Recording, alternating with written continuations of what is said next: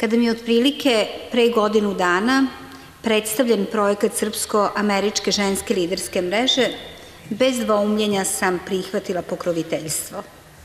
Odabir baš prvih 20 žena koje su postale deo liderske mreže za Srbiju, verujem da nije bio ni malo lak.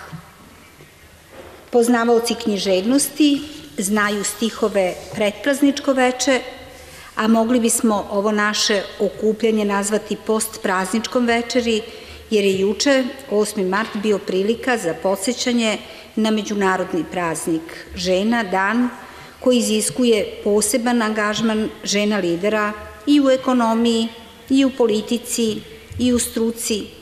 Žena koje treba da pozovu da im se pridruže i one koje to nisu lideri, a sa potencijalom su da to postanu.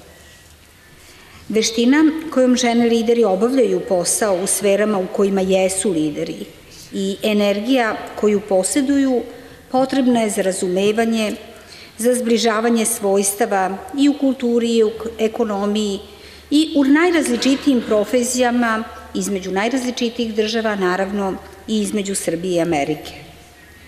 Tradicionalna iskustva i iskušenja kojima ona obiluju motivišu žene da daju svoj doprinos, da veze Srbije i Amerike budu oslobođene predrasuda, a da se bolje upoznamo, bolje razumemo i neuporedivo bolje sarađujemo na korist jedne i druge zemlje.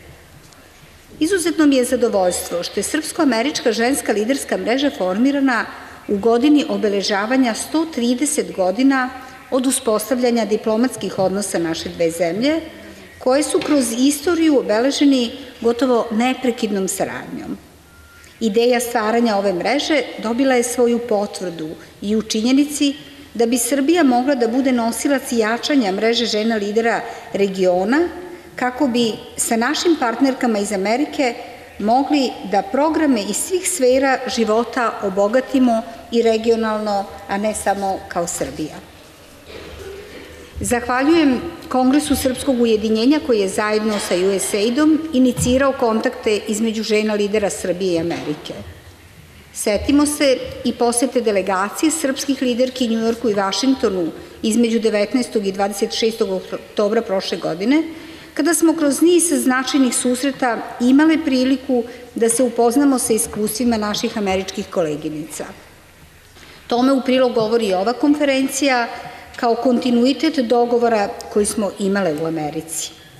Doprinos afirmaciji ženskog liderstva posebno mogu dati liderke iz regiona i pozivam ih da nam se pridruže i ovom prilikom, kao što je to već večeras na moje veliko zadovoljstvo učinila gospođa Violeta Andonovska iz Republike Makedonije.